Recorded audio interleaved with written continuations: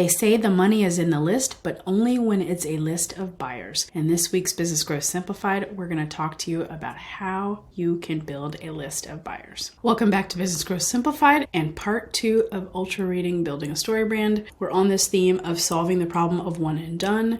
And now we're going to talk about how to build a list of repeat buyers. So in the book, he talks about the whole marketing process, like your website, your lead magnet, nurturing funnels, etc. And so what I think probably makes sense for nurturing your buyers into repeat buyers is to start with this idea of the lead magnet, because once you've got them bought into that concept, that is the thread that follows through. It's the story that you invited them into. It's the transformation that they want from your product and the pain that they want solved.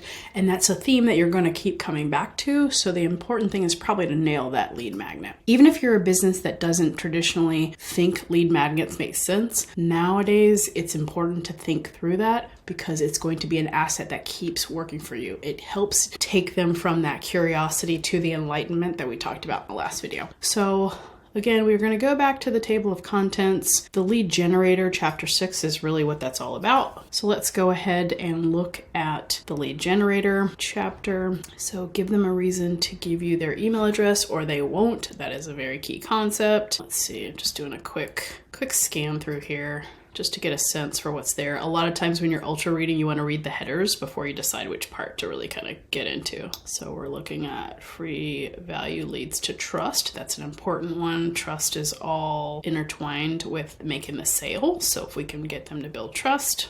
So we're going to talk about this idea of what should your lead generator accomplish? Position yourself as the guide. Yeah, because we talked about inviting them into the story. They're the hero, you're the guide. Stake the claim to your territory. That's kind of about what you stand for. Qualify your audience. Is this really right for them? If you're talking about premium high ticket buyers, which we've been talking about in this series, definitely want to think through that. What would a premium high ticket buyer want? And so you want to think through that. Is it a checklist? Are you giving them an exercise? Is it an event? I think for a high ticket buyer, depending on what your product is, an educational event makes sense. That's why webinars do so well. But also if you're more B2B, actually a workshop makes sense. And so you don't even necessarily have to do that as a free workshop. But again, if it's lead generation and nurturing, you could honestly have a series where you could nurture them through the sale, the repeat sale, that sort of thing. So I think that's the kind of thing that you want to lean into, thinking through what kind of product do I have? Is it B2B, B2C?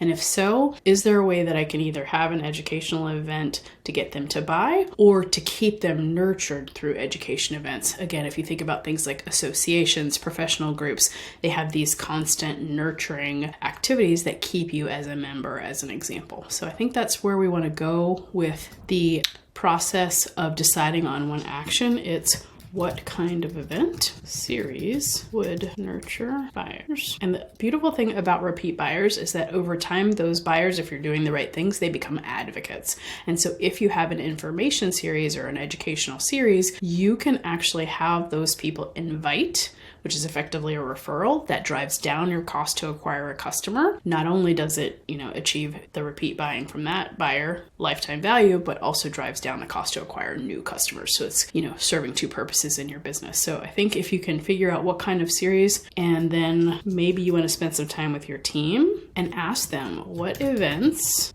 or content series have they found most beneficial? And so you can kind of brainstorm that, model it out, etc. And that can be the activity that you take. So I hope that you understand now, after looking at 2 books by Donald Miller, this idea of inviting into a story, creating assets that keep that story alive and position you as the guide, and then use that to create repeat sales in your business. If you like this video, please give it a thumbs up and remember to subscribe to the channel. Also check out the playlist for all of the Ultra Reading and the Business Growth Book Club.